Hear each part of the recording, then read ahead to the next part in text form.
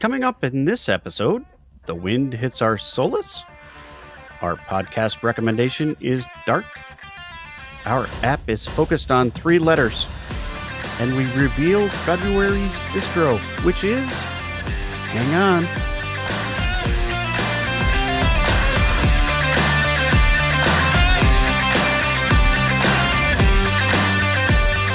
Hello, and welcome to the Linux User Space. I'm Dan. I'm Joe. And I'm Leo.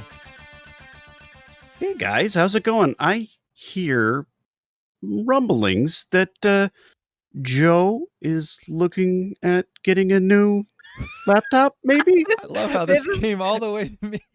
This is why we need the video feed right here. Everything gets blamed on me. We're doing it, but yeah, that the face was perfect. It was FYI, audience, we're experimenting with a video feed this week, so it'll either be horrendous and you'll never see it, or it'll be horrendous and we don't care. We'll show it to you anyways. So 2 options. Sorry, hold on. I can't see you guys. I got the Apple Store. Oh wait, open. I can't see you either, Joe. Where'd you go? Apple buddy? Store open on the numbers are way too large. They go off the screen. Yeah, I think we've all, when by all I mean me and Leo, because Dan would know. We've all been talking about. You can get LXQT on Mac OS 11, right? Yeah, no, I don't think you can. I just Not don't yet. know. Yeah, it just won't take advantage of the hardware just yet. You know, LXQT is just so smooth and fast as it is. The M1. You got me there. It doesn't need an M1. It just doesn't. It does not. No, it runs good on my Pi even. No. M1 was built for like GNOME 8, which at some point it just to boot's going to take 32 gigs of RAM as they continue to just work. Well, on GNOME. it's all the widgets and plugins you got to add to GNOME to make it usable, right? Well, there's that. Yeah, there's probably some of that. 1 gig each. Yeah. Okay. But performance and price point, that M1 Mac is pretty slick. And if Linux is coming, and by soon, guys, like everybody chill. Like by soon means like if within the next year I could boot Linux on it, I'd feel really great. In my humble, you know me, well, Mr. Humble opinion. Yeah, all the time. So maybe by the end of the month we can boot Linux on it, I hear. Well, that's the thing, right? So all of this came up as a conversation. We were talking about Asahi Linux, which just got a name. It got named this month by Hector Martin. We brought him up a few episodes ago, talking about, will it happen? Will Linux ever one day make it onto the M1 Max? And it's looking like we're getting closer. So Dan, you tuned into this? I watched the live stream that he had where he was talking about getting ready and the things that needed to take place and the order of operations. And he was like, it sounds, this is going to be easy. This step will be easy. And he starts to describe them and I am lost. It did not sound easy at all to me. So Dan, hold on. You're missing like typical Dan, like just you're over complicating. Here's all you need to know. Clearly I was. Yeah. A, this is an amazing man. Why? Well, yes. A, he names a Linux distribution after a great beer. And then 2, that's it. Like that. I mean, really, I stopped there. Back to 1, right? Yeah, back to 1. That's all you need to know. That's all you got to know. C.1. Yeah, but he's done a lot of cool stuff in the past, right? Did he is it the PS2 or the PS4 running Linux? Like, I mean, I thought it was PS3, maybe. PS3, even. the I'm one I didn't sure. pick. Yeah. It doesn't matter. I don't know. Of course, right? I don't have it. This is an Xbox house. So, but that's some amazing advancement. I heard Mac OS had an update this week, which helped open up the way for a custom kernel, which just makes that path for them even simpler. And by the way, that is the exact opposite of what everybody has been saying Apple is going to do with their platform. Yeah. Well, still not sure why. Yeah. Like, I don't think it's because they're like, hey, Linux, Yeah. come over here and take over Yeah. our hardware. It's, who knows? Maybe it's for Microsoft. Maybe they're just trying to open up to get more development going. Who knows? No, here's what happened. Tim Apple got a tweet by Marcan, Hector Martin, and he said, hey, could you just open up the Apple platform, M1 platform for me? And Tim Apple was like, yeah. Well, I think that's exactly what happened. Yeah, I'm sure that had a lot of influence on it. So Yep. yeah, that's exactly why it's going the way it is. Tim, Apple, if you're listening, or you are listening, everybody listens to this show. Of course, especially Tim So Apple. I like this one, but my Pro is a year old. I need a new Pro, because then I can put this one as on the bookshelf to collect dust. So if you could help me out with that, I'd appreciate it. Thanks, Tim. Good. You just send all your old hardware to me. I'll take care of it. Oh, well. It'll gather dust on my bookshelf. Right. I have some Mac Mini sitting up here. I should send you one. Well, there you go. I wouldn't say no. There's no M1 in there though. They're all Not yet. They're all Not Intel. yet. No, but we know that runs Linux. Yeah. I just thought naming the distribution Asahi Linux was really, really clever, because while it is a good beer, and I think the beer takes the rising sun meaning when it as they name themselves, but Asahi also means Macintosh apple, the cultivar, the type of apple. And I just thought that was really clever. That is clever. That's yeah. See, way more intelligence than what I've got up here. Yeah. All I hear is Asahi. Yep. Beer. Hey, by the way, Craig died. I don't know what happened. I see that. Well, thanks, Craig. Yeah, Craig. Craig, you're full of crap. I'm going to say we were done with the banter anyway. That was pretty good. Or no. Were we? I don't know. We never said we were going to buy one. So I want Joe and I to get in trouble. When okay, Leo, when we'll will your M1 be here? Oh, I haven't ordered it yet. So I have not ordered anything yet, but I really want to buy one. I really want to buy. I think what I'm looking at is the MacBook Pro, but the entry level MacBook Pro, not the secondary one. The only difference between the two, $200, by the way, $200 difference to go from 256 gigs of storage to 512 gigs of storage. That is the only difference between the two MacBook Pros that I can see. Yeah, well, yeah, and it's 13-inch. It's a 13-inch, yeah. You see these? I like that see, form factor. You see these? Yeah, that's a good form factor. I don't want to double. I don't want to double the thickness on them. So, 13-inch laptops. I'm so happy for all of you in the world that buy your 12-inch and your 13-inch laptops to me, which are like useless. I just am like, nope, this is too small. I don't know why. I don't know. I'd rather break my back carrying around a 15. But good for you. I would be definitely looking at a mini though, so I can hook it up to like a 70-inch screen. Yes. Yeah, I mean the biggest thing that I wanted to do was give it a shot for audio production, and I mean for something like that where I'm going to be sitting at a desk anyway, I have no problem hooking it up to a dock, the USB-C dock or whatever, and hook it up to a monitor and everything else. So that I think is not really a big issue. The portability though, right? I mean, like if I'm going to be taking it around and doing stuff with it, I want it to be small enough and light enough that I don't have to think about, do I need to lift some weights before I can carry this thing around? What was it, like 2 pounds or something like that? Yeah, man, that's light. Holy cow!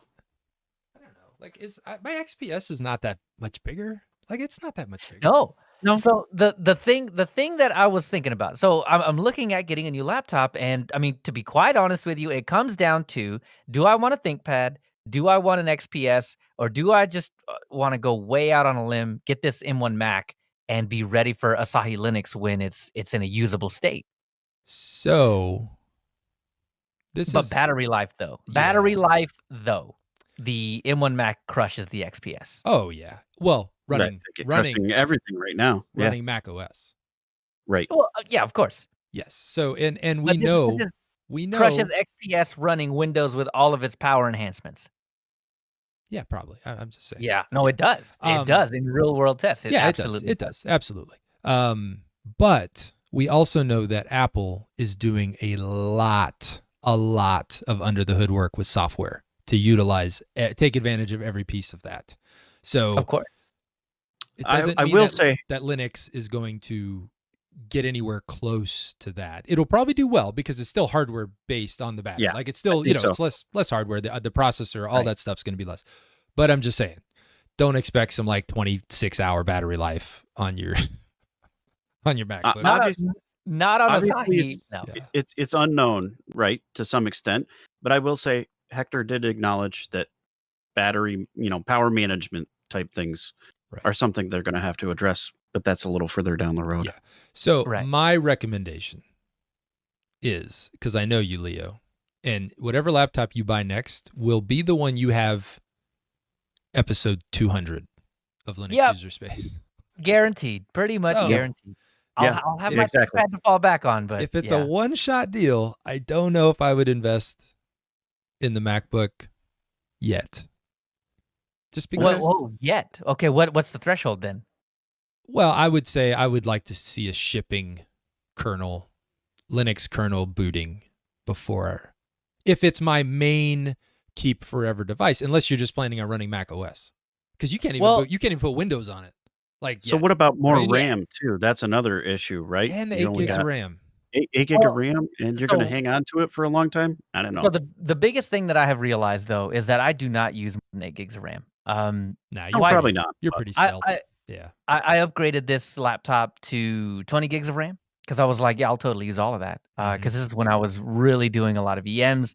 Mm, But outside of that, I don't even really touch it. I mean, Yeah. 8 Right. gigs is more than enough. I know I've seen way too many articles saying, we're past 8 gigs. 16 should just be the new normal, and that's what should just come in everything. And I don't necessarily disagree, especially if you're a gamer, or if you're running lots of EMs or doing something intensive. But I don't know. I think 8 is a fairly decent sweet spot for 8 just about everybody else. 8's not bad. I think it's I'm not normal. We established that in the pre-show. We know But you're not, Dan. 5 or 6, I've looked, and 5 or 6 is about where I run on a daily, during Yeah. the day sometimes. So With it's under the 8. LXQT? Yeah, no joke. That's Holy how much cow. stuff I'm running. And that's Yeah, the no. thing. The DE has nothing to do with that number. Yeah, that's, because that's pure That- pure apps. That's like 380 And you're on meg. Firefox, right? Well, yeah, probably. Vivaldi too. Multiple browsers. Yeah, Yeah. I'm But using not multiple not the browsers. RAM sucker Chrome, right? So No, Vivaldi and Firefox for the most part. I do at work. I use some Edge stuff.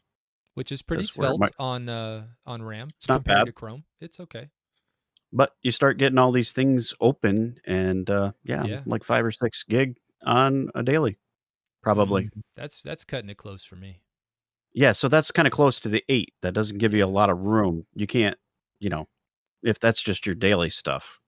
I feel like If you could 16 hold out is to the more fall, comfortable. Leo, if you could hold out to the fall, then I'd You think say- that's gonna be? You think that's gonna be the time? Well, I think you'll have I think you'll hear whispers of M2 and Oh, true. and I think they'll either offer a higher RAM solution or Yeah, they'll have even I more know they will. a second here's- iteration. The other thing about that is if I were to do this, it would absolutely be the most I've ever paid for a laptop in my entire life.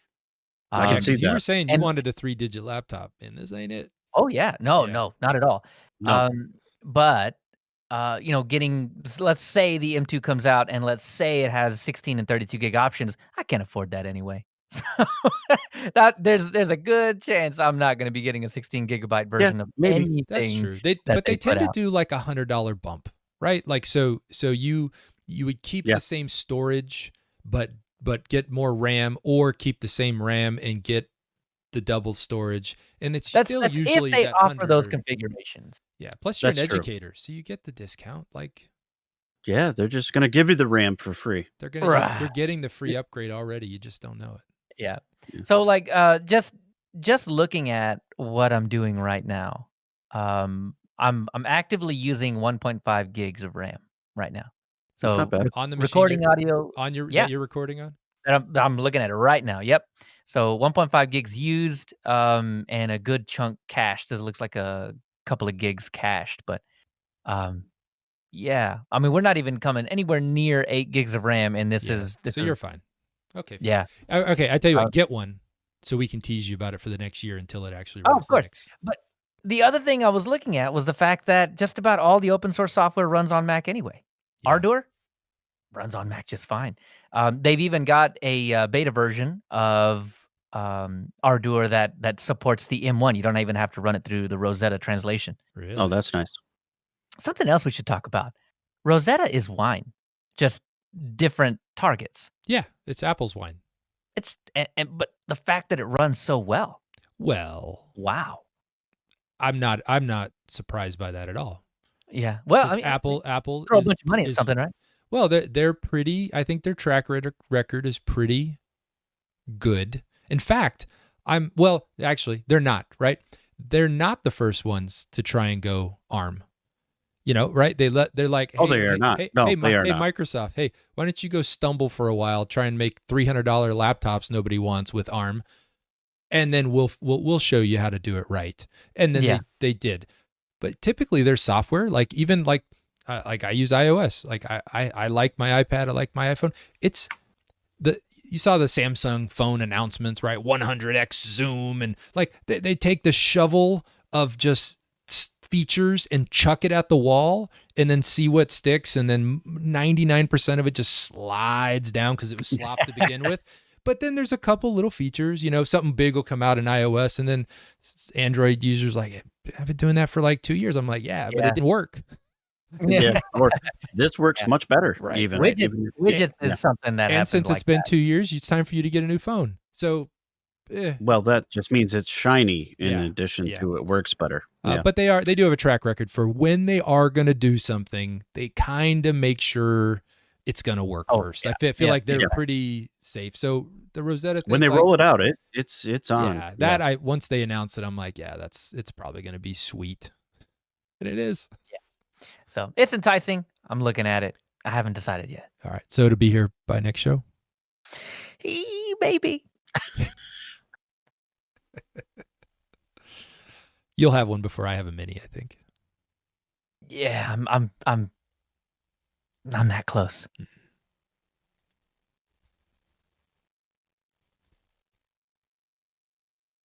I like it a lot. Yeah. Cool. All right, you guys saw my Solus. Did I? No, I didn't. Oh, I did. Oh, wait, you mean your history and stuff? My history, my notes. Yeah. You noticed my Kodi messed up my links, or I messed up my links in Kodi. I think I know what it was. I went through and tried to bold some stuff, and it put spaces between my links and my caricatures. So, anywho. I can fix it. Yeah, it's not, I mean, it's fine. I'll fix it for the show notes. Okay, yeah, before we hit, definitely. All right. Okay, you guys ready? Hold on, let me get some water. Yeah, you're up.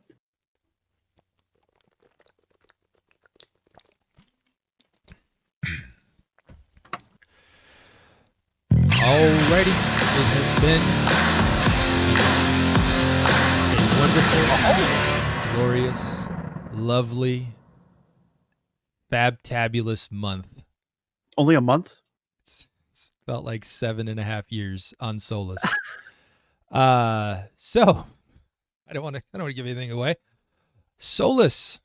Let's talk a little bit about the roots of Solus. In 2012, there was Solus, but there wasn't Solus. It was Solus OS. Created by Ikey Doherty. I'm going to say it. I'm going to say it wrong. It's Doherty. Ikey Doherty. There you go. Doherty. Much better. Ikey. We've all brutalized that Ikey's anyway. Been in the community for years. I remember. I believe it was it Jupiter? He used to visit all the time. Like just you feel like you got the monthly update of Ikey. I used to love it when he would come on. I enjoyed his take on things. But the first official release was May 2012, and this was SolusOS, and it was based on Debian 6 stable squeeze. And this is surprising to me. Yeah? Because for some reason, I had always assumed that Solus was an independent, non-derivative project. Nope. But Well, that is not true. Solus was. Oh, But Solus OS, where this began, was not. It was based on Debian stable, shipped kernel 3. Doesn't that sound so much older than it is? Kernel 3.0. Like it feels like it should be farther back than it actually is. Yeah. But not really. Shipped GNOME 2.3.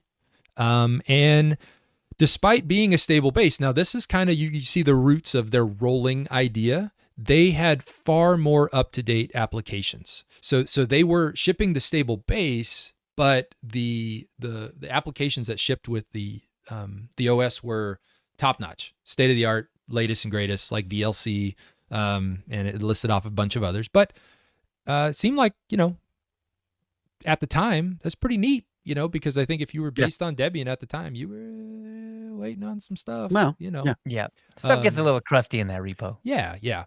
But at this time, work began shortly after that May release, on SolusOS 2. And this new version would incorporate GNOME 3.2. So we're leaving GNOME 2.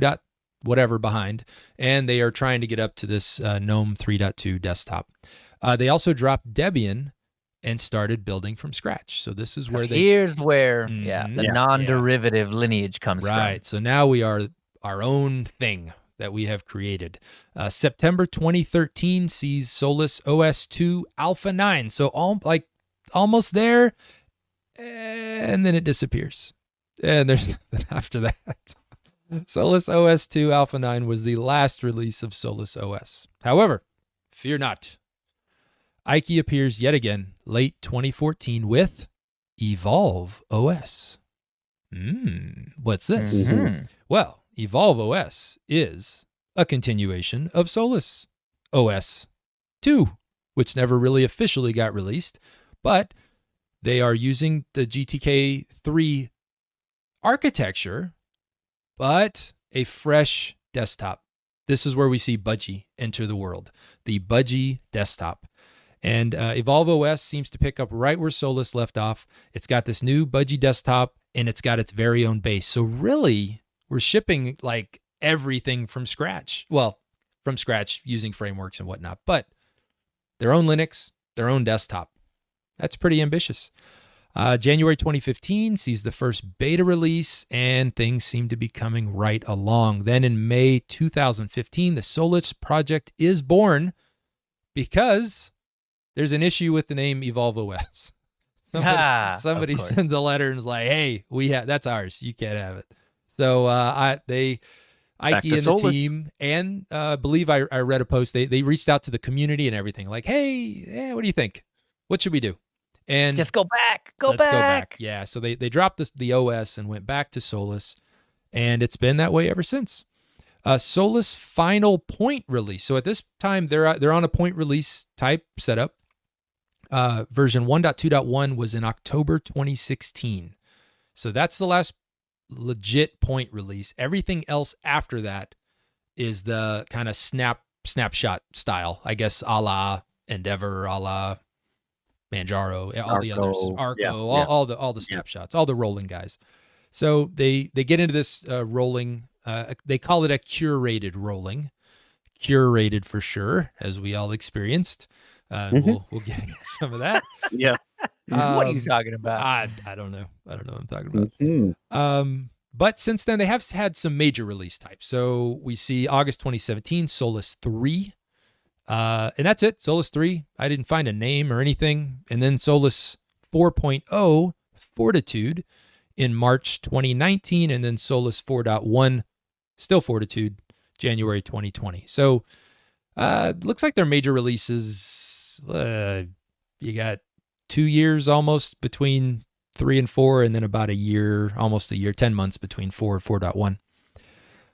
Now, keep in mind, while all this is going on, and well, not even all the way to 2020, but prior, Ikey all the time he's working full time for Intel. He's working on Clear Linux. He's developing his own Linux distribution from scratch and featuring its own desktop environment, Budgie, all in his spare time, which, guys, we all work full time. We have lives. We have things. I just, as I was reading, and I remember at the time, like, knowing this, but just looking back on it, I go, man, that's a lot. And that's just to be able to cram that into a life. Even if you didn't have like family responsibilities and all these other things, but just to focus on, I mean, you're talking about living, eating, and breathing Linux, like Linux sandwich for dinner. Like, I mean, you are, that's what you're doing. And you get tired of boiled chicken and white rice after a while. You kind of want something else. Yeah. I'm like, man, that's anyways, that's legit. Like, props to him. That I just really found that pretty impressive. Yeah, absolutely. Finally, in mid-2017, around June, the Solus project hits its funding goal of $2,500 monthly, which allows Ikey to depart Intel and work full-time on Solus. So now I feel like, okay, we're a little more manageable. Even I took a sigh. I was like, oh, good grief. What was going to happen? Yeah. Oh, how does the story end? Anyways. Yeah, and this is about the time that Solus finally hit my radar. Yeah. I don't remember the very first edition. The thing that cemented it for me that I should try Solus was when I think it was Ubuntu Budgie came out. I was just thumbing through the spins, all the different stuff that it's not spins, it's flavors. I forgot. Flavors. But you're thumbing through the flavors, and I came across Budgie, and I'm like, what is this? I've never seen this before. This is interesting, and I put it on my laptop. It was some HP quad core something or another at the time, and it ran fantastic. I think this was about the time where GNOME 3 was really making me upset in its performance, and so I'm over looking for something else, right? And so Cinnamon is on the radar, Budgie is on the radar, Mate is on the radar, but something about Budgie just really hooked me, and because it reminded me of how GNOME 2 used to be, but it added a lot of flavor. And so that put Solus on the map for me. And so I'm not too far away around 2017, mid 2017. I'm not too far away from installing Solus for the first time. It's coming up. I feel like I'm right there with you. When I first put it on, I don't know, when my early multi-boot machines. Was it Ubuntu Budgie or was it Solus? No, it was Solus. No, I went straight for Solus. Yeah. Well, because I was like, hey, go to the source, man. Like, you want KDE? Go get Neon. Like, whatever. Yeah. Just if you're going to try it out and just play with it. Right. So yeah, I went to the source. That's good. Good stuff. So now, flash forward just a little bit, about a year, sometime the summer of 2018, Ikey, the creator and lead of the Solus project, goes dark. Just off switch happens. And thankfully, the community-driven support, it gets through, and the summer basically turns into fall, and we go towards winter, and thankfully, they were able to continue the project going. And in November 2018, Phoronix posts an open letter from Ikey, and I think this was his just kind of, here's what I've been doing, guys. Here's what happened. Yeah. So we won't read through the whole letter. I don't know if you guys had a chance to read through it. It was actually pretty touching, I thought. But some of the quotes, I pulled some excerpts out of it that I thought were kind of pertinent.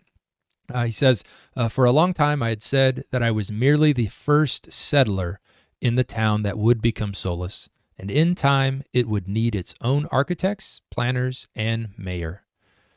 He goes on further, I can only say there are mitigating circumstances as to why this came about during some of the hardest moments in my life. And this is the part where, you think about the hours he must have been keeping and all that was going in before. And even when he kind of backed off Intel a little bit and was able to do this full force, like, it doesn't leave a lot of room for extra stuff in life. The norm extra stuff? Well, like any life. Well, like, yeah, like there's more than Linux in this life. Hold on. Yeah, exactly. I mean, like family, like marriage, like health, like all of the other things. It's like he was burning it at both ends for quite a while, and like it's not as surprising that he might need a break or at least to redirect, refocus. Sure. especially looking back on all this. You could see Yeah. it was coming. Yeah. Because at the time, there was a little bit of like, how could you just leave a project and just, shut off? Well, who knows? Like, here's how you can do it. It happened and it went on, and everybody has their reasons, and it's, they've got this is his passion project. If the passion needs to be rediverted, hey, he's got to redivert it. The man, you got to look out for yourself and take care of your own health. So, the physical, mental, and otherwise. Sure. So he continues on here. He says, as a new parent, clue 1, Mhm. I must plan to father my child and support my family through work instead of fathering my work and rely on my family supporting me. So obviously, change in life circumstances, something like that. But the positivity spin keeps going. He says, Solus is built on the promise of technical excellence and outstanding user experiences and has excellent leadership and ironclad vision to make this possible. So, I remember when this all went down, or at least pretty. Me too. Yeah. And, Ikey departed the project that year. He refocused, it seems like, on his family life. He again starts working for Intel on Clear Linux. And I remember, I think we all mentioned it. He popped up last year talking about Serpent OS. So he's on to other passion projects. Maybe things have, shifted, and his endeavor will hopefully take shape for him. But since then, it would seem that the project has been led by mainly Josh Strobel and Brian Myers, along with a couple of maintainers, Frederick von Gellhorn, Joey Richer, Pierre Ives, and Rune Morling. Sorry, Rune. I don't know. It didn't have like French. We don't know about Joe either. Sorry. No. But I do like Rune. Were your parents hippies? I love it. Anyways, it's been in good hands. You can look at the posts. Josh is very, their blog's pretty solid. If you want to know anything about them, I learned that pretty quick. Like, go to the blog and like boom. They're really regular with the posts. Yep, they are. Yeah, really good stuff. But so now we're kind of back to, after Ikey left, but the project has kept on. He was an essential part of that project, and hope the best for him, and hope everything's going well. But since then, it's been taken on by some very capable individuals. Yeah, as he said before, it was standing on its own 2 feet before he even left. Exactly. And yeah, you can see now, how long has it been? It's been at least a couple of years, more than 2 years. Yeah. And yeah, Solus is still going pretty strong, Still going. I'd say. Yep. Yeah. Mhm. Still going. A lot of development. Solus is going, and also the Budgie desktop. Don't forget that he was the creator of that as well. So all of that has continued to develop. Yeah, the last major update for Budgie was on December 2nd, so about a month ago. Yeah, just a month ago. Yeah. So big stuff. So some of the key points about Solus. So I don't want to call it their mission statement, but at least their tagline is what I saw on their website, and I kind of liked it. At least I like the perspective that they're coming from. It says, the personal OS for personal computers. Install today, update forever, which I like because, in Linux, I do a whole lot of nuke and paving. So yeah, I like the idea of install today, update forever. At least if that's their goal or their mission, that's lofty, but I like it. Solus itself, the name, the term means alone or unaccompanied. And I kind of was thinking, they don't have any direct correlation, but, you think about how, Ikey kind of started it, and it is its own custom Linux. It is its own desktop. It is on its own. Like it is its own. It sure is. It took its own path. In fact, I was even looking, like, the term Solus actually even refers to like stage direction. Like, hey, you go to that part of the stage alone. So here you go. Linux on its own terms, things that they had added to and features they've put in, and it all kind of ties together. I think they stand by themselves, just like the term, and they're not a derivative, and there isn't anything derived from it. So, yep, true. So, I think right about when was it? Whenever he left, 2018, I probably was on Solus for another 3 months or so. After that, Yeah. I think Solus was my daily driver for about a year, from 2017, 2018, somewhere in that range. It was my daily driver, and I mean, it did everything I wanted to do. I got the newest packages all over the place. That was fantastic. But it's been a couple of years since I've been on Solus, so it was good to come back. Yeah, I can't say. Again, I wanted really more to experience the Budgie desktop at the time. I don't think I kept Solus around for that long. And I know, like, when I first tried it, it was a little rough around the edges. It had some stability issues, and it was a little bit of a hog as far as storage and memory, or not storage, but memory goes, but resources. Yeah. But it's come along with the GTK3 stack, and it has the efficiencies have been passed along, I think, and they've developed their own. So Solus, we know, is available in a couple different flavors, but Budgie's really, I mean, that's the claim to fame there, right? One. Yeah, that's it. So the Budgie desktop,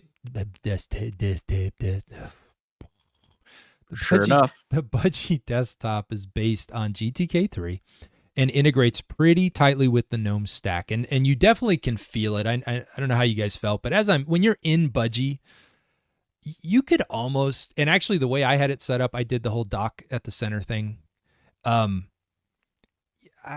I could blink and think I was in GNOME. You know what I mean? Like, other than like the app launcher and stuff. But if you were just looking at the desktop or the settings menu or something, you'd be like, it's GNOME. Yep. You know, so it's very akin. Yeah, I think a lot of the desktops that live on top of GTK3 are like that, where you can feel it. You can feel it. It's not just GNOME, it's just that GTK ecosystem you can feel. Mm-hmm. Yeah, absolutely. Ikey is quoted as saying, "I wanted something that was a modern take on the traditional desktop, but not too traditional, aiming to keep a balance between aesthetics and functionality." And I think you nailed that. Yeah. Yeah, I think it's right there. Yeah. Very much so. You feel the connection there. You have you have your traditional applications menu, their Budgie menu, which it feels akin, I mean, to me, like XFCE, GNOME 2, KDE, right? It's a launcher, and then you got your subcategories there. Right. Windows, I like it. I mean, it's really, you know, they're all similar. I did like it, and I really, well, we'll get into that later. But I was a little surprised at myself even as I was playing with it. Nice. Over the years, Solus added a few other DEs to their offerings. In October 2016, they added Mate, and in April 2017, GNOME. So you can go that way if you want. I've got thoughts on that later as well. But we'll wait and get to that. They do have a couple of their own apps. They've got KDE now too. Oh, do they? I forget when. Like a year ago, I think they added that. Maybe not even a year. Are you sure? It's fairly new. Yeah. Okay. Giving it another shot on Plasma would be fun. They have Plasma. I think it would be. It might. It may not be. Yeah, I think it's official. I think the last release. Is it official or is it community? Hey, you know what? There's this really cool tool. 4.1, I think it was the official announcement. I'm looking at it now. Solus Plasma Solus underneath. Plasma. It is official. Hey, so guess what? They added Solus Plasma as well. Recently. Yeah, of course. I don't know how I missed it. It is recent. Yeah, it is a year ago. But they have their own kind of custom apps. I would say less than most distros. You know, we've done some like Mint and some of the other ones that really have some Arco. They really have some.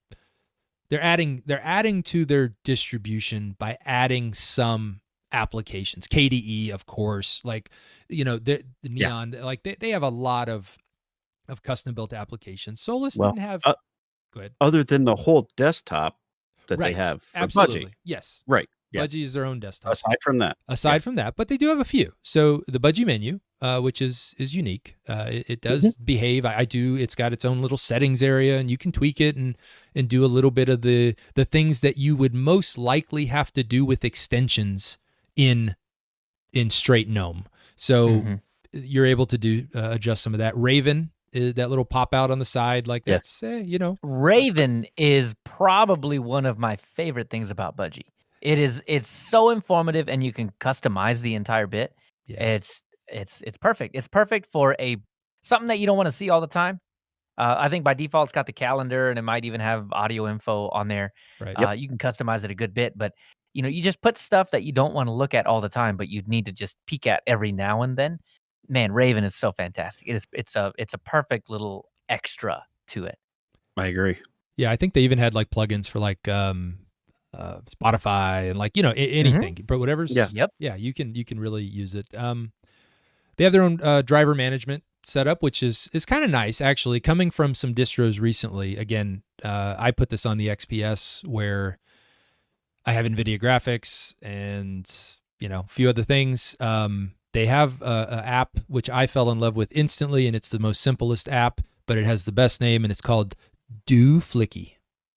And DoFlicky, and I will pull from their Git repo the what DoFlicky is not.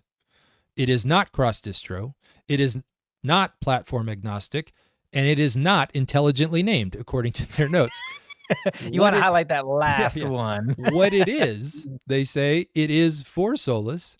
It is a driver thingy, and it is stupidly named. So those are their own notes on their own application, and I identified with that. I agree with all of that. Yeah, I agree with all of it. You know what? Honesty is a good policy. It is, and yeah, it was great because in DoFlicky, I go, yes, I have NVIDIA. Click, install, restart. Yay! So they did make NVIDIA easy, which is nice. That makes me happy. So we took a look around their website. It's nice. It's modern. It's current. It's been. Yes. I feel like it's looked that way for a long time, but it's fine. It's not linuxmint.com. It's not. No. It's not linuxmint.com. It's a fine-looking website. It's very fine. It would actually fit on any modern desktop, and it would still look like it belonged in the same decade. It's a good It's a good design. That's true. So that's the real takeaway. That's the real takeaway. Whereas Linux Mint, it's got that GNOME 1 maybe not so desktop bit. Yeah. Anyways. Some of the basic distro details on Solus. So its base system, again, is custom. It's its own Linux. Desktop environments, Budgie, GNOME, Mate. File manager, GNOME Files. Hold on. And Plasma. Oh, and Plasma. Sorry. Can't forget that. We just talked about it. Again. They do use their own little kind of, I guess, it's a custom, was it PySci package manager? Did I say that right? What is it? It's eopkg, EO package, but it's a fork, I believe. It is a fork. Yeah, it's a fork. But way back, yeah. Way back, the Wayback Machine. That's where I had to go find some of these articles on Budgie, was the Wayback Machine. The kernel 5.10. So you are up to date, buddy. And that's pretty recent. As far as I know, they were on an older kernel for a good stretch of time. Really? And and 10 just came out. So that's good. Yeah. So the ISO still is, because that's from... Well, the ISO, we'll talk about the ISO. just saying. You had a great time with the ISO, I'm sure of it. I had a great I'm time sure with of it. ISO. So, and X11, no Wayland. And I found a post from Josh Strobel in their chat area, and it said someone was asking, like, hey, Wayland, GNOME's got Wayland and everybody else is working on Wayland, and why haven't you guys worked on Wayland? And Josh said, that's because I have disabled Wayland support from more places in the last couple of GNOME stack upgrades. Wayland isn't something we're going to be supporting even via our experimental package anytime soon. So I don't know what the issues are, but they must be significant to avoid it altogether at this point. Now, he did say anytime soon. And that was November 8th of 2019. Yes, so that was over a year ago. Over a year ago. I couldn't find any update that said we're working on it now, but my first thought with something like this is small team, small focus. Absolutely. Right. Yeah, absolutely. And that's the one thing I do want to highlight in this. When we do get through kind of talking about how our time with Solus went, I personally layer these distributions by expectation, their ability to meet expectation and then reality. So I have expectations, and I have high expectations because I want to have good things. However, I have much higher expectations from the GNOME team than I do the Budgie team or Solus team, because of the resources behind that. I have much higher expectations of Ubuntu as a distribution than I do of Solus or PCLinuxOS or Well, what you told me before we started the show was that you compare everything to Mac OS. Is that right? Pretty much. I think you yeah. said something about that. Yeah. Yeah, pretty much. Yeah. That's it. Okay. Yeah, no. Just wanted to clarify. Right. Yeah. Yeah. That sounds about right. But I think that's important to note because if we look at where they've come from and where they've gotten, they've created a new distribution and a new desktop environment in, I mean, roughly 5-6 years, from start to finish, as far as Budgie goes, or not finish, but where we're at. So, Right. you know, I try and be a little more understanding when I'm going through these things. That being said, there were some definite things that would improve the project significantly going forward, and I'm sure we won't be the first ones to talk about them. So, Solus, gentlemen, it's been a month. It's been a month. 7 months. No. You'd have gone crazy, Joe. You'd have gone crazy. How did you guys get on with Solus? Well, I'll tell you some of the things I really do like. I love the Budgie desktop. And that's probably not a huge surprise to you, right? No. Because the paradigm is such that, panel at the bottom, the application, menu is simple and easy to follow. I even the Raven, even though that's a little flashy, even the Raven menu, that's still kind of nice because it's almost too much flash for I Dan. mean, Almost. I bet it took But at it's least not, another though, 100 because megabytes of RAM, Dan. Like, I don't even care about that. I got plenty of RAM, but it's hidden most of the time. So that's kind of nice. I like it out of the way and simple when I'm doing stuff. Yeah, I gotta agree. I mean, the fact that I don't know, I hear it all the time where it's like, oh, it just gets out of your way. Yeah, no, this but really it does. literally, yeah. And it's got panel configuration a lot like the way that Cinnamon does their things, where you focus on one panel, you add some things to it, you can make them auto hide, things like that. But you really you can push everything out of the way, and there'll be nothing on your screen except your wallpaper, and then you can really focus. That is huge to me. Yeah. Some other things that are pretty fantastic. The theming is great out of the box. You don't have to do anything and it still feels comfortable. I think, it's very consistent. I didn't even tweak it. I think I changed the wallpaper and that was it. I mean, that's just initial me. wallpaper was a little depressing for me. Yeah, but you know what? There were a lot of them to choose from. There was. And I didn't download any. I just changed it. No, so that was nice. Yeah, I just changed it. Yep, same. Yep. So pretty great. Man, does it boot fast. Holy cow. Yeah. I mean, that is one thing that Solus has always had, that I look at other desktops, I look at other distributions, and sometimes I'm just sitting there tapping my foot. I'm like, you could be so fast, but you're not. Yep. And Solus nails that. Yep. And so they've got their own installer as well. And man, it plops it on your drive super fast too. Those two things are tough to beat in any other distro, I think. Yeah. And so those are performance things. They're not really usability so much, but they're nice. But I think fast does factor into usability a lot. It factors into the perception of how good a distro is just by it's one of those kinds of in the back of your minds kind of thing. It's kind of like the situation with Snap, where you launch one, takes a little while to decompress so it can drop itself into RAM, so it can load up and do all that stuff, right? Snap, at least the applications themselves, are not slow. But the perception is there that it is because of the initial startup time. And yeah, this is something that Solus does not suffer from because it is fast. It is fast. It's crazy fast. And a lot of fun. I like that a lot. So there are some woes, right? We talked about the curated packages and whatnot. some of them install really great. Like I installed Vivaldi. Didn't expect that to be in a repo. I expected to have to pull that down and do the regular, nonsense where it Right, adds a and repo, that's their all those things, main right? repo, right? Not the third-party section. Yeah. That is just their main repo. Vivaldi lives there. Yeah, no, I did eopkg install Vivaldi stable, and there it was, right? Yep, sure enough. So great enough. That was great. But little bugaboo on the third party stuff, and I'll let you guys chime in on that.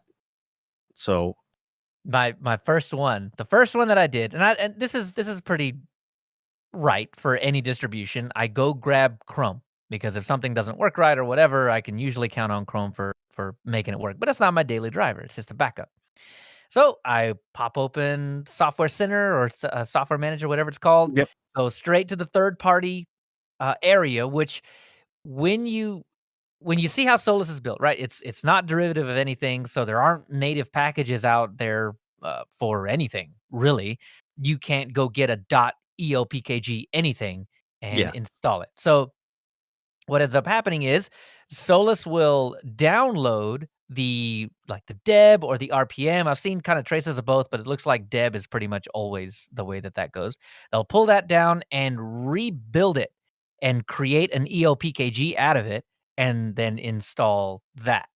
So yeah, what ends up happening though is that it'll trip up a little bit. I don't know Sometimes. why. The install script is super duper easy. I mean, you go and look at their third-party webpage. Yep, Joe's showing it too. Yep. Oh, Hey, hey, but it did it install. finished It Chrome. actually finished. It did Yeah. Chrome. I did Chrome So just we're- for Oh, you. good job. Yeah. Yeah, right. nice. So if you go to their third-party, blog post that shows how to install everything manually, if you do it that way, it seems like everything works great. But if you do Well, it that through the works, yeah. third-party installer, Right. yeah, sometimes. When I did Chrome, it did install. It did in fact install, but the Software Center never updated to tell you that. The little bar at the bottom just kept going and going and going, and 15 minutes later, I'm like, surely you're done, right?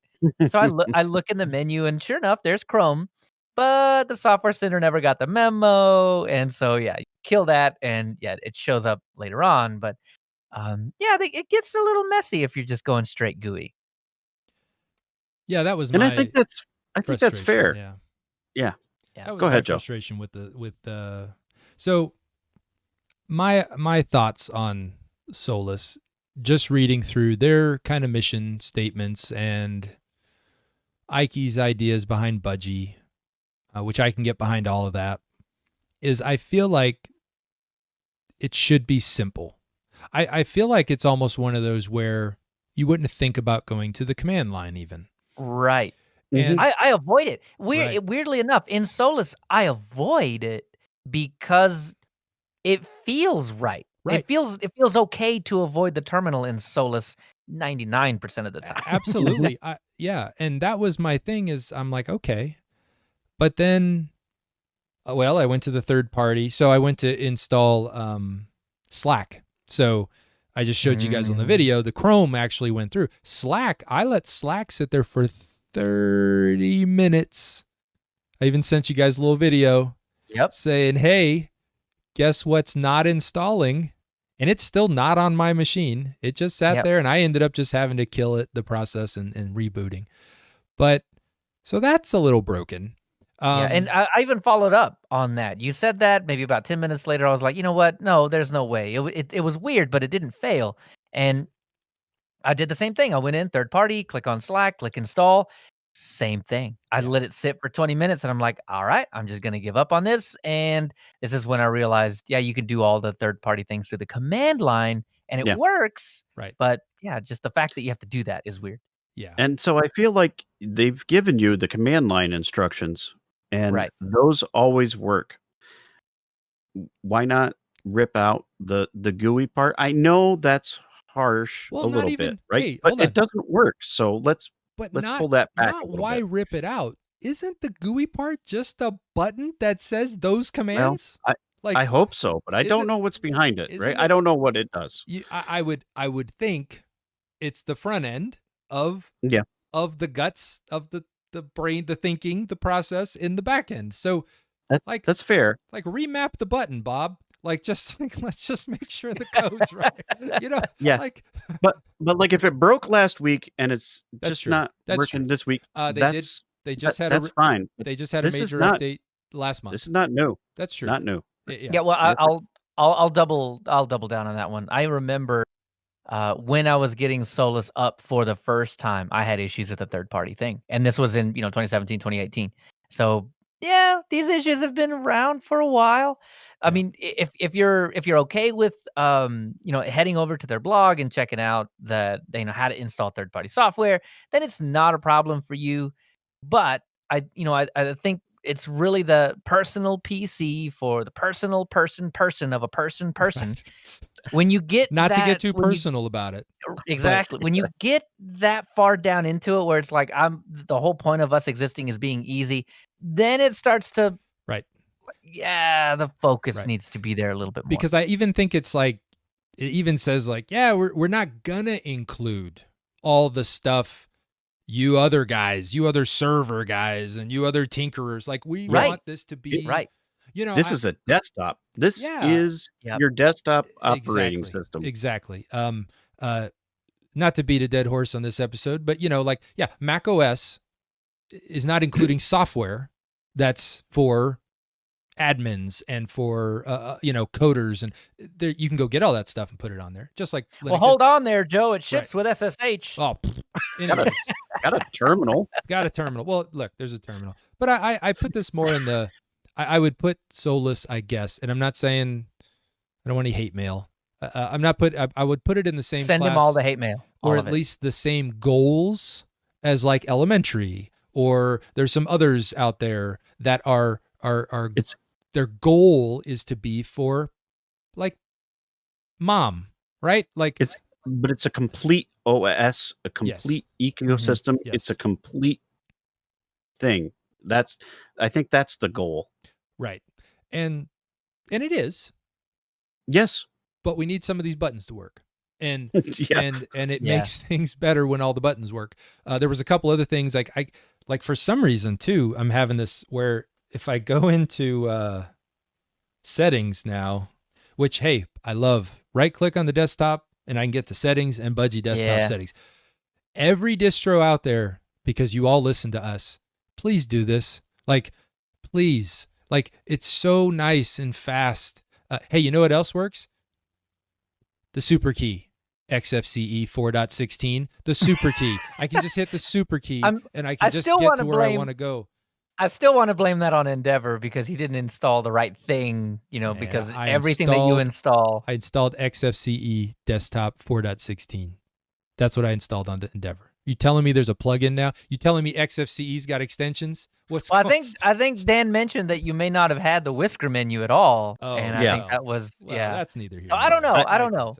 I'll point out, since we're here, OpenSUSE did announce that XFCE 4.16 is available. Hey, see, they do listen to us, and that's exactly why they did it. They don't listen to us. Nobody Perfect. listens.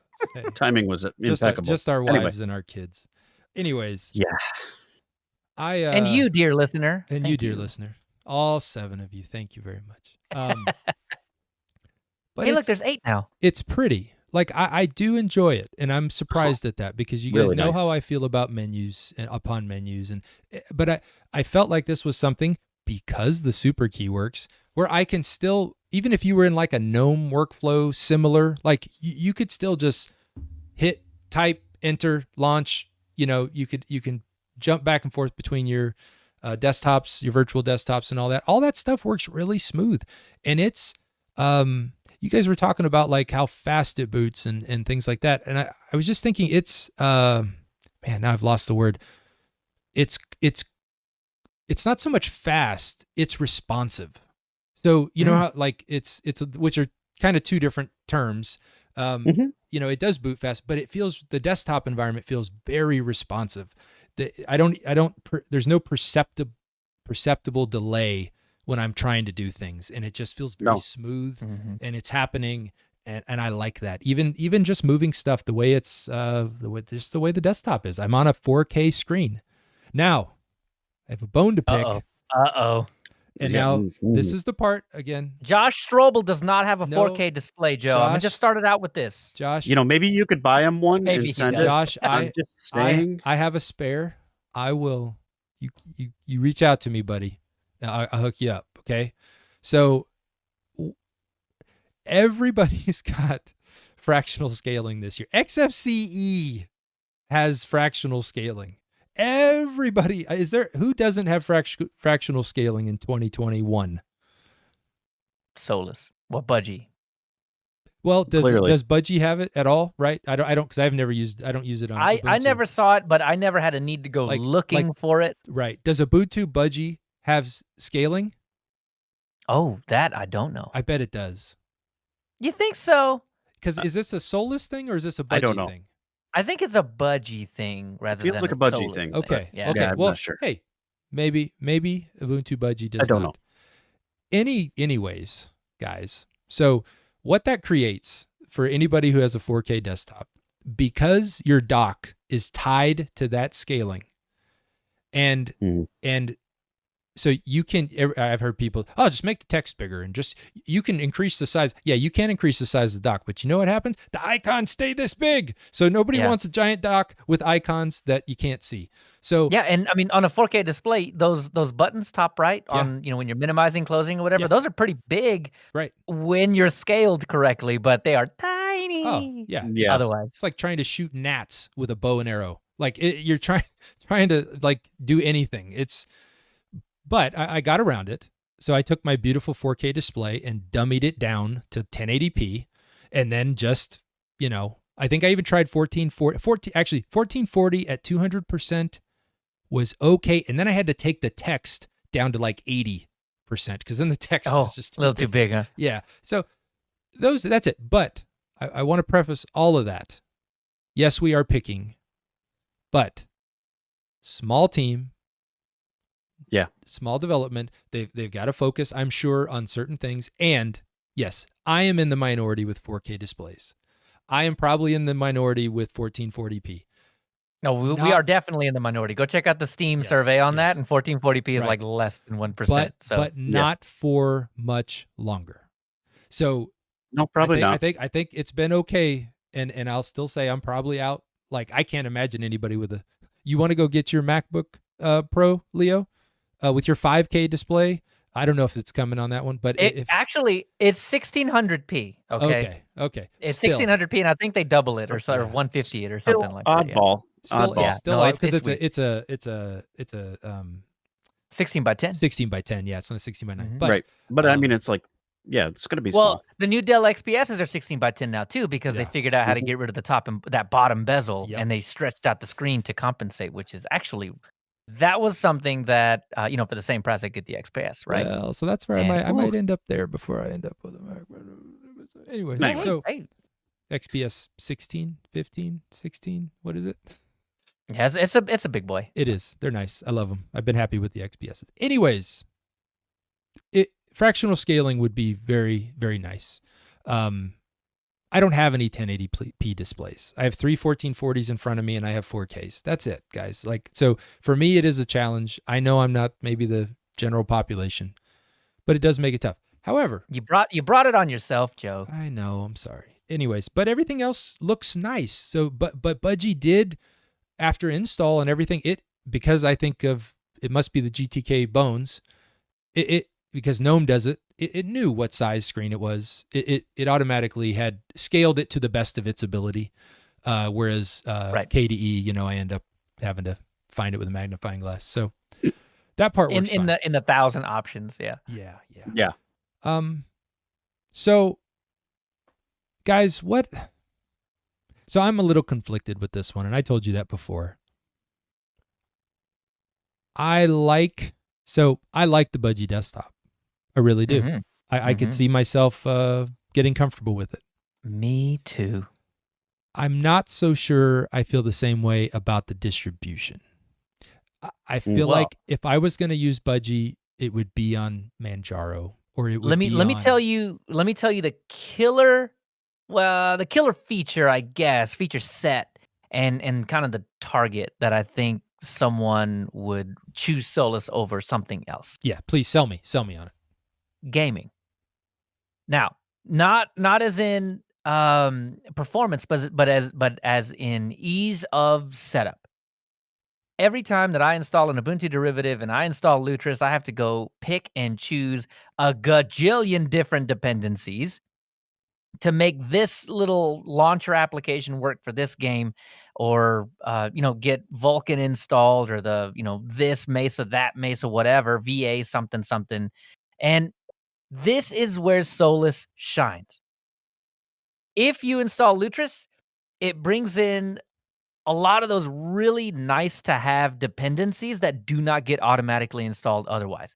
I have to go manually install game mode on Ubuntu. Solus? Nope. You install Lutris, boom, it's there.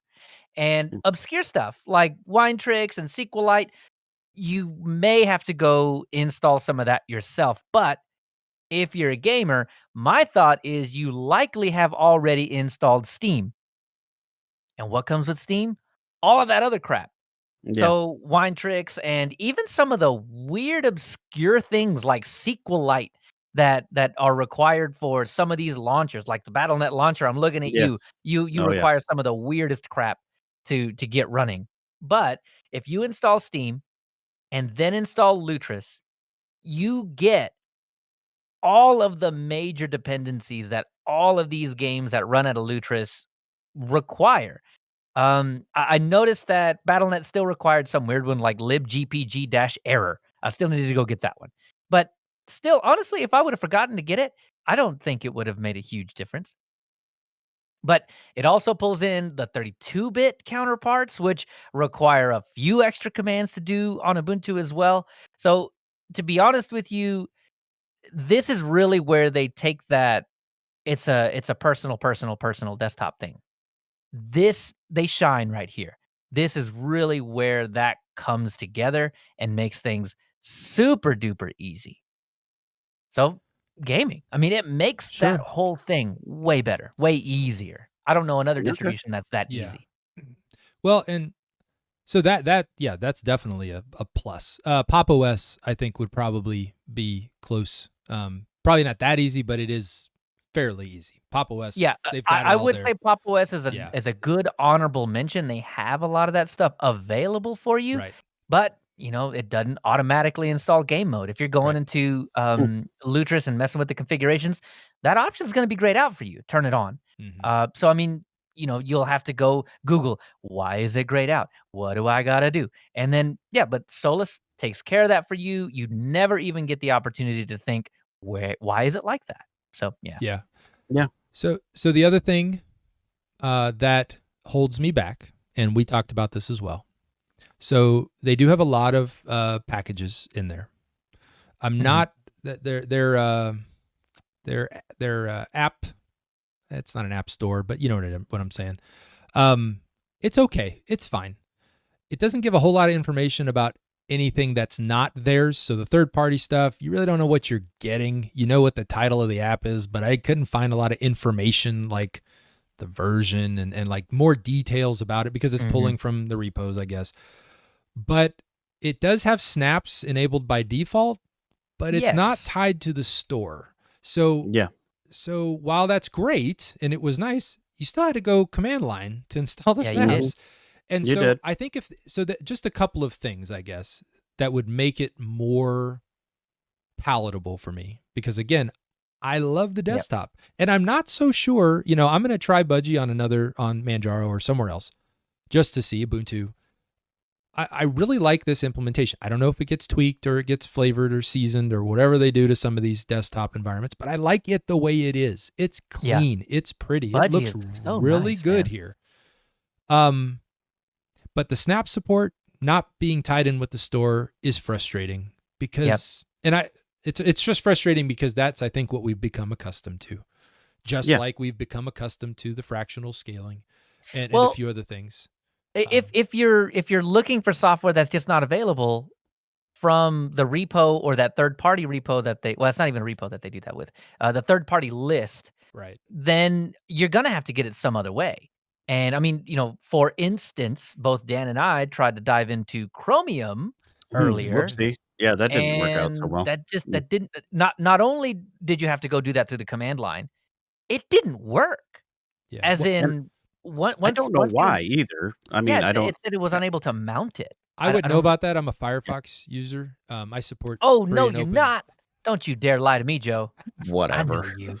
But for instance, one thing that did work out of the Snap Store that a browser that I use all the time, Brave, Mhm. that is a Snap now, which is fantastic. But until it was a Snap, there's no way to get Brave on Solus.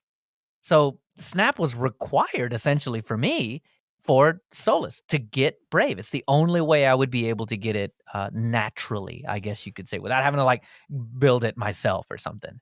Yeah. So the other thing that's missing, and I think to your point, and I'm going to follow up on my other point. I knew Solus supported snaps, but I didn't know how. I didn't know if it was supposed to come up in the store. I didn't know. Right. So the one thing I feel like they really could use, and I think we've said this before is some kind of welcome box, some type of, hey, this is your first time in. Hey, check this out. Here's some quick little notes. Hey, if you want snaps, push this button and we'll take you to the page that tells you what to do. It would be nice to have something like that, because I did feel a little, putting myself in the new user shoes, even an Ubuntu user shoes, because an Ubuntu user is going to come in and used to just searching for everything in the store, and they're just going to mostly going to find it if it's a Snap, this goes, or Deb, like they're just going to find it. There was nothing there that told me. Yeah, and that's why when I was trying to look at the information, I was like, oh, maybe this is a Snap, but I couldn't even find out what it was because it's their own package. It was definitely not a Snap because those just don't show up. Right, they don't show up. But it goes back to that personal of the personal thing, right? Where you're doing 90% of it in the GUI and it works really well for the most part, all those things you're doing. It'd be nice to just bring that into the fold and complete it, right? It seems like once the whole experience. Yeah, once you venture out of what's in their main repo, it gets dicey. Right. Mm-hmm. And that's but isn't Mint kind of like that? How so? I mean, isn't it kind of better to just like stay in the lane with Mint as well? I mean, like using the GUI and stuff? Yeah. Or just installing packages, like just pull everything you can in from what they have. It's not like my experience, like I think I broke it a number of times, but just trying to go do my old style of command line this, command line that, like because I'm not familiar with Mint, but it felt a little familiar. I should have just stayed in the GUI and I would have been fine. Just stay in your lane. It kind of depends. I mean, I've got snaps installed in Mint. I don't know. I tend to go down to the command line every now and then because that's just the way that I've learned to do things in Ubuntu derivatives in general. Right. I don't know. I've ventured from the lane quite a bit. It didn't break on me, but not yet. Maybe that's just a not yet kind of thing because I use on my desktop that I run Mint 20.1 on. I'm running a custom kernel. I've used Uku before, but I'm on Ubuntu's 5.8 kernel size. It's not custom, but it's the new one that's not supposed to be on the system. I've got a custom Mesa. It was a Keysax PPA to get the latest and greatest Mesa. And there was a couple other things too. I mean, I'm bending Mint to where if something breaks, I probably couldn't blame Mint for it. It's my own. It's my own doing. Right. Your own doing. Well, I wouldn't have blamed Mint for any of my stuff either. It was definitely me. So those couple of things I think I mentioned. The fractional scaling, great. Again, it's probably coming, but again, they're a smaller team. You can only do so much. You got to focus on certain things. Got it. Understandable. I get it. Snaps integration would be super awesome. Updating their ISOs a little more often. That was a problem for me. And that was a big problem for me because I have 3 newer laptops. One of them, which has a really nice AMD, Lenovo, it would have been really nice I've been trying to use it as much as I can, but it's not supported in kernel 5.4. So I couldn't even get it to boot. They did have get it to go. They did have a post on the forum on, you know, a workaround, but like that's it. It's a workaround. I ain't got It's time not. for that. I ain't got time for that. Yeah, no, It no, just- and that's fair. Most Right. people aren't going to go seek that out either. Yeah. So I think you're onto something. Having an updated ISO, like even 6 months. Yeah, 6 feels months, quarterly. I don't know what goes into to taking we're a into snapshot. a year. and Yeah, doing we're it. looking at a year now. Yeah. Right now. And you said there was a big kernel change. I don't know what. Yeah. Mhm. So were they on 5.4, 5.4.5.4, and then just jumped to 10, or were they on like 8? It was a big jump. It was a big jump. I can't remember which kernel it was before because I wasn't running it, but I remember that it was a pretty big jump. They skipped 9, I think, altogether. I know the update on like the XPS is solid. Like I mean it's a 8th gen or 9th gen i7. It was fine. And I got it on there. I had some other issues with it that we talked about last show. But yeah, you're running on if you're a rolling release, consider yourself rolling. I feel like your snapshot's got to be a little more rolling than that. So even if it was every 6 months, if it was quarterly, again, I don't know how much work goes into putting together a snapshot and packaging up an ISO. And No, I don't know. It might be really A difficult. couple times a year doesn't seem too out of the ordinary. Right. So that just, again, food for thought. It's not a deal breaker. It just would be nice. I think it would help their own project. But again, I don't know that they have the manpower to do it because I don't know what all involved. Yeah, that's fair. Yeah. Yeah. I do like the work done. I like the Budgie desktop. I like what's working that's fantastic. in Solus. But I that 5.4 was a challenge for me. Like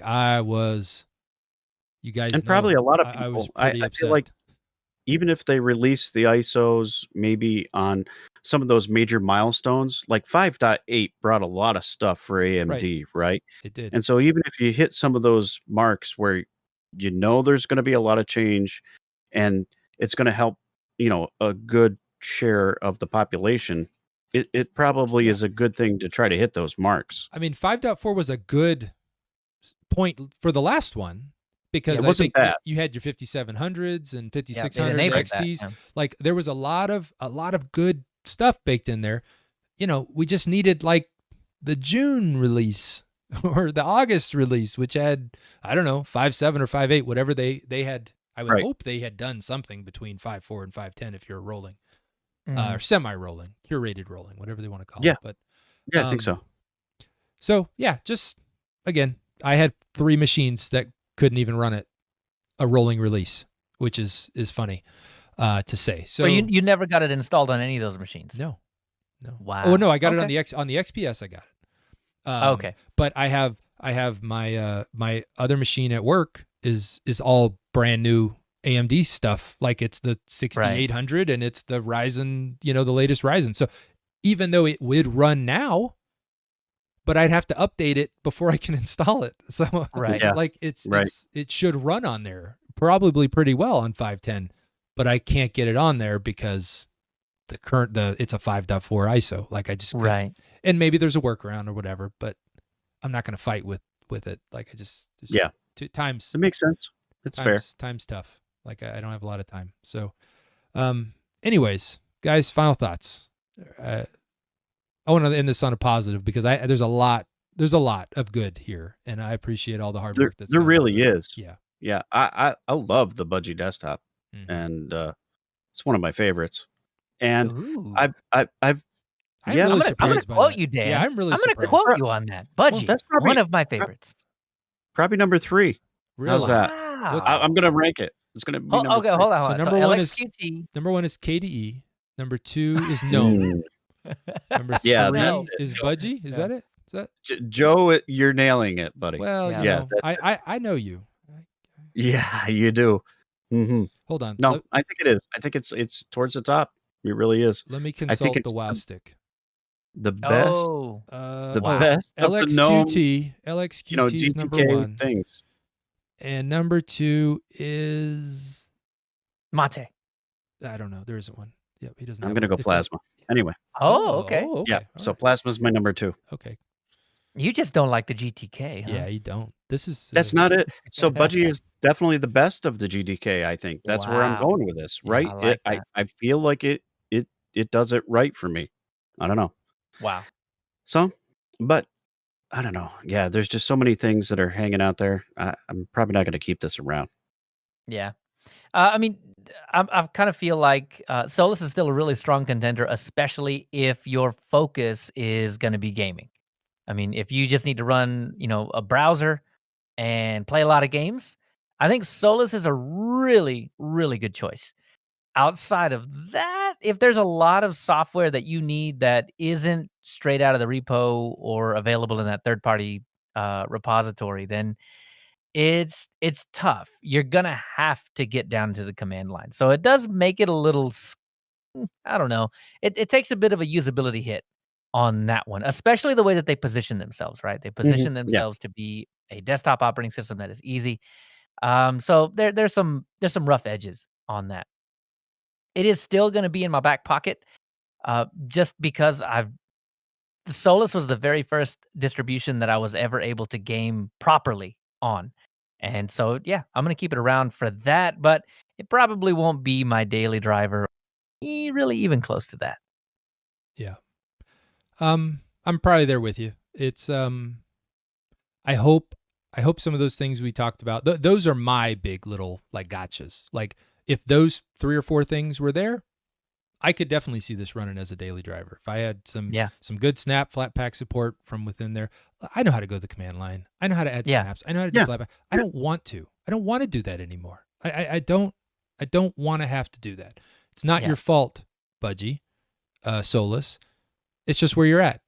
I hope you're there. I hope you're making progress and you're on the other side of it. I'm sure for your diehards and which you do have, because you have a big Solus has a following. They're fine. They've been doing it that way for a long time, or they live within it fits what they need. Everything's there. Mm-hmm.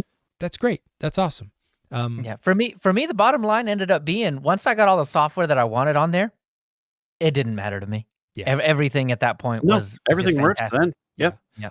So if you can get over that hump, then you're good.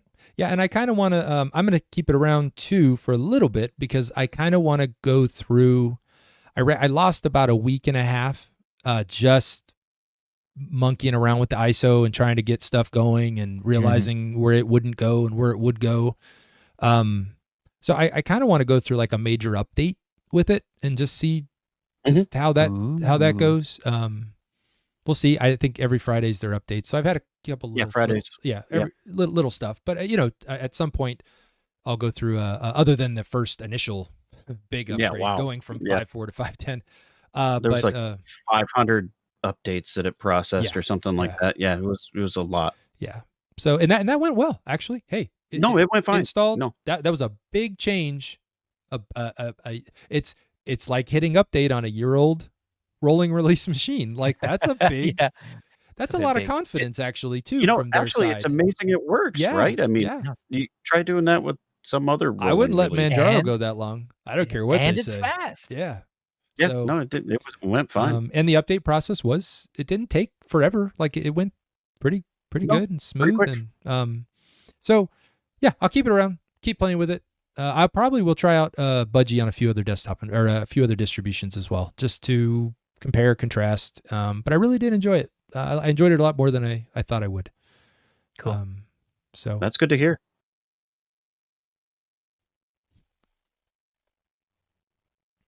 Housekeeping.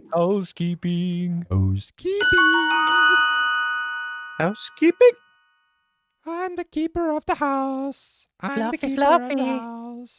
Me fluff your pillow. I have lots of pillows to fluff.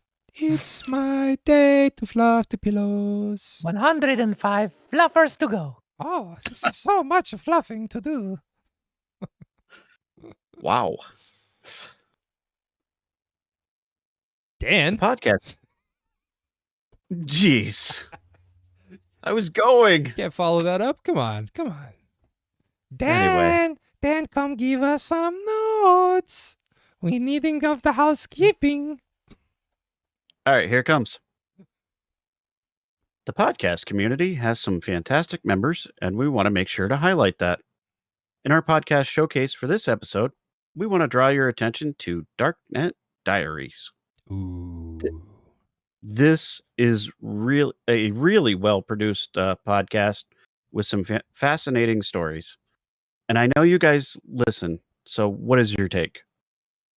It's stories. It is. It's like you're reading a novel of someone that lived it. I don't know. And it's so complete too historically because Yeah.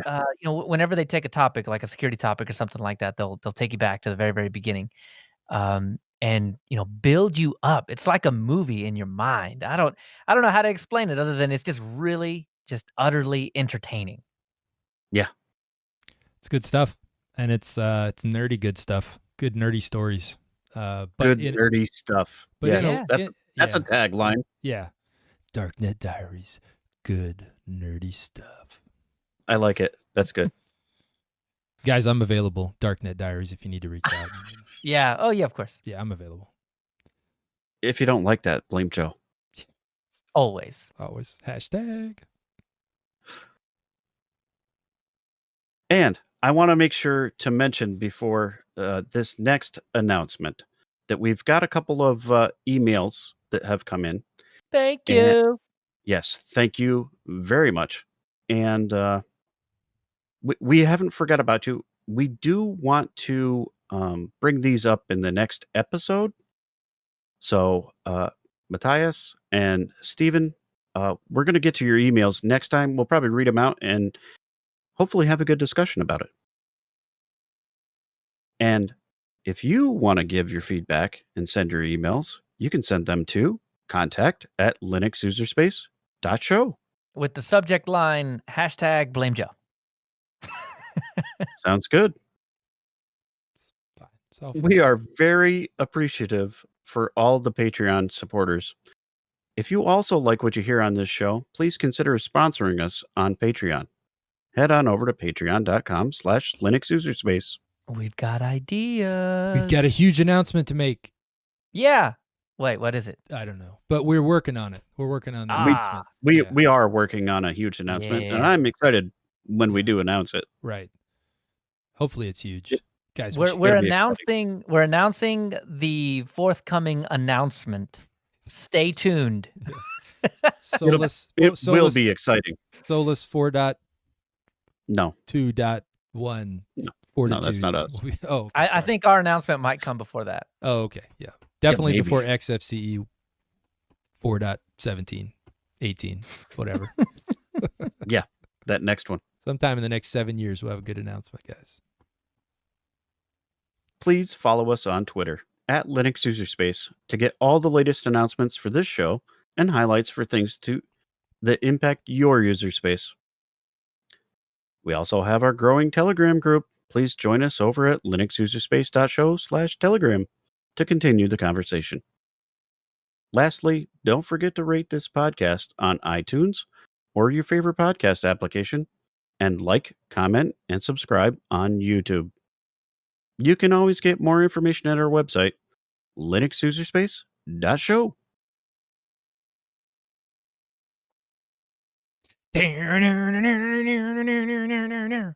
This is Focus App. Focus. Don't focus so much. Don't focus so much. Hey, small focus. Small team, small focus. Small team. We're a small team. Ah, We're gonna focus smallly on this one. This one is VLC. Yeah. yay. I don't think this is gonna come as a surprise to anybody ever on any platform at all. VLC, it's the workhorse. It's the you got audio, you got video, it'll play it. It's a cross-platform. How old is VLC? 7,000. Oh, jeez. I should have probably looked this up. When was the But- beginning of time? Because I'm pretty sure. Yeah, seriously. I remember on Windows I had to install like there were a couple of them. There was You ready? You ready for it? You ready? K-Lite codec pack. You ready? And Do it. CCCP. Can we drop it? Go. Guess. When is it? Okay, Yeah. guess. I'm gonna guess Only guess. 2002. Okay, Dan. I'm thinking 1999. Okay, I'm gonna guess right because I'm looking at it. February 1st, Well. 2001. I was so close. Right in between us, though. Right in the middle. Huh? Oh man. Okay, so VLC's been around. I think it's had the same focus forever. which is just play it. Whatever it is, just play it. All of the Yep. things. Play the things. You give me something, I play the thing, and you don't ever have to question whether or not I'm going to play the thing. I play the thing.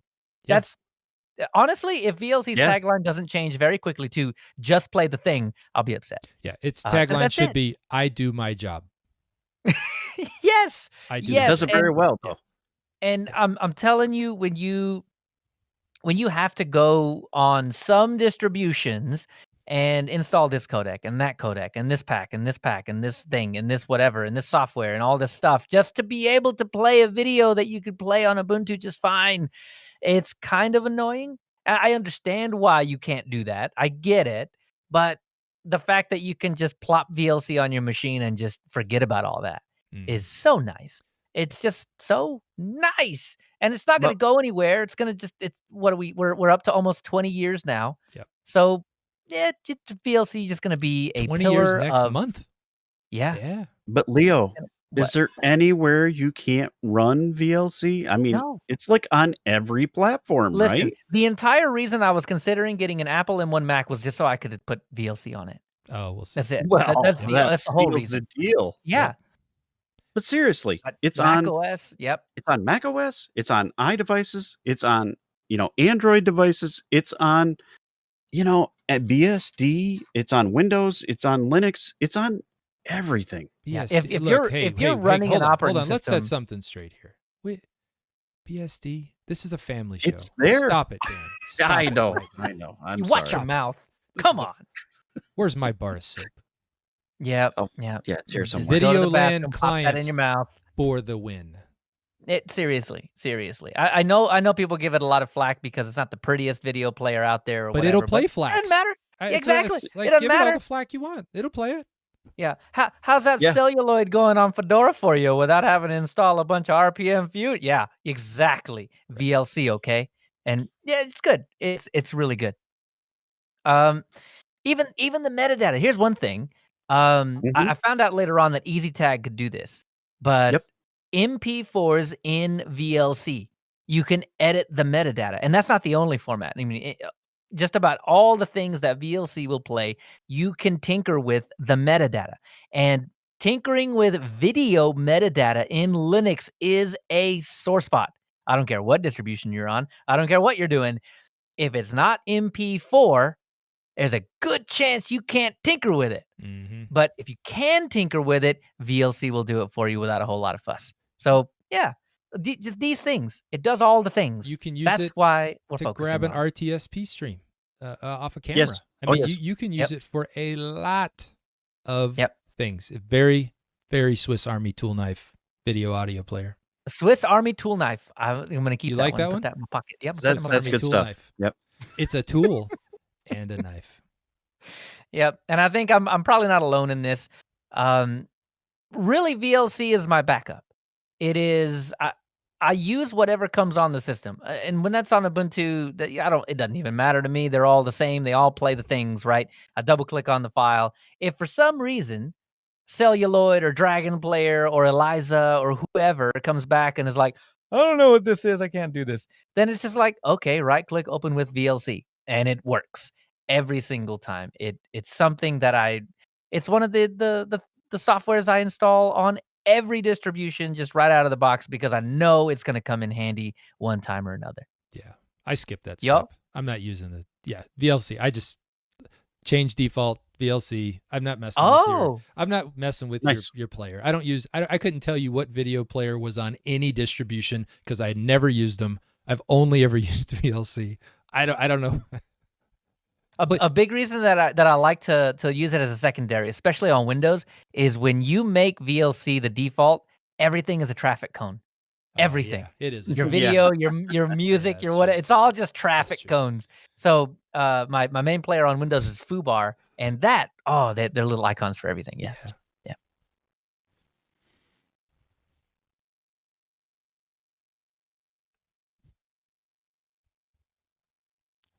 All gravy. Let me. Where you let at, me Dan? not Dan, where you at? change. Time to go. Time to go home, Dan. Take us out. Sorry, I Where you at, Dan? accidentally used my mouse wheel on empty spot on the desktop, and I changed desktops, and you guys went away. And you scroll. Whoopsie. Oh, bye. Yeah. Yeah. Hey. Whoopsie. Bye, That was not what I wanted to do. bye. Okay, wait a minute. What are we doing next time? Hey, we doing next we time? we are doing PC Linux OS. Oh, is that But what we not said? any PC Oh, Linux yeah. OS, though. Trinity. We got to drop Alright. this bomb. I'm Yeah. excited for this Oh, one. this is great. Trinity. It's a triune. Yeah, this is Joe's fault. Dang it. Let me fix that. Can we do some kind of Matrix title, like some quote that Trinity said Oh. in the Matrix Ooh. for the episode when we do that in 2 episodes? Ooh. I'll let you guys go there. I know Kung Fu. That's just what we should call it. I know Yeah. why you're here, Neo. I know what you've been doing. Why you hardly sleep. Why you live alone. And why night after night you sit by your computer. You're looking for him. What is it? The Matrix? Oh. The answer is out there, Neo. It's looking for you. And it will find you if you want it to. Can we maybe we just go with knock knock Neo, because that's what comes up on his computer and on that green terminal Yeah. right before that dude comes. It's the only way to fly. What is the Matrix? Oh, Ted. It's Ted. Bill, get Ted. Let's go. You're getting your movies mixed up. Bill and Ted. No, I know. Keanu's the same guy in every movie. Well, yes, yeah. but no. No, he's Yes. the same guy. The surfer dude. He yeah, has I know. one voice, and that's it. Yeah, well, me too. Yeah. Neo. All right, All right, serious. All right, let's get it. Serious Trinity. face. Serious. End scene. All right, this is the moment you all have been waiting for, where we announce the next great distro that we will be trying. And next It's month, Gen 2. It's Gen 2. Gen it's 2. not I'm Gen calling 2. it now. We need more than a month to do Gen 2. Probably, Oh, gotta probably compile need Chromium. probably need a month to compile. Yeah, browser. No, we're going to be doing PC Linux OS, but not just any variation. We're going to do the Trinity desktop because All Joe is an animal, and he wanted a feeling of nostalgia. So that's what we're going to do. Yep. I'm excited for this. This is the very first desktop environment I was ever exposed to on Linux. KDE, what is it, 3? I think? 3.5. Yeah. Yeah, I'm at 2 or 3. I still can't remember. I'm pretty sure it must have been 3 then. But I'm really excited for this. I can't wait. Dan. Yes. I'm trying to free your mind, Dan, but I can only No. show you the door. You're the one that has to walk through it. that has to walk through it. Take the I've red seen that pill movie too many times. or the blue pill. I don't know. It should be good though. Whichever one. It's going to be great. I think we'll have fun with this. Honestly. Oh, we're gonna have fun. What kernel they shipping? 3.6? No Of negative. Oh, No. They're We're talking 510, aren't they? 510. Yes. Yeah, we're Yeah. not no monkey around. rolling, This is good stuff. rolling. Yeah, but what kernel's on there? ISO. That's the question. I think it's the 510, Oh, okay, I'm in. 5.8, I'm in. 5.9. I don't know. Yep. Really up All there. right. I'm in. Yeah, I think you're going to have a good time.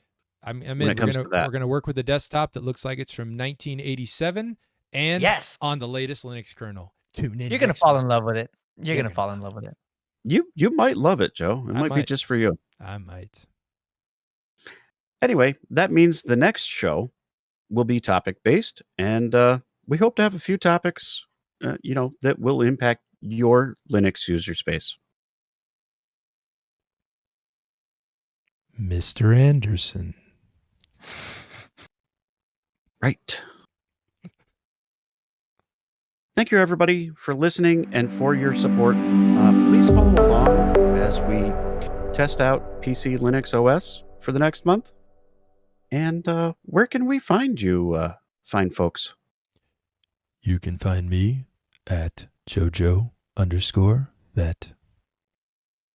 And you can find me at What's that? In the Matrix. You can find me at Leo Chavez on Twitter. I'm opening the door, Leo. Only you can go through. I'm walking through it. I'm already through it.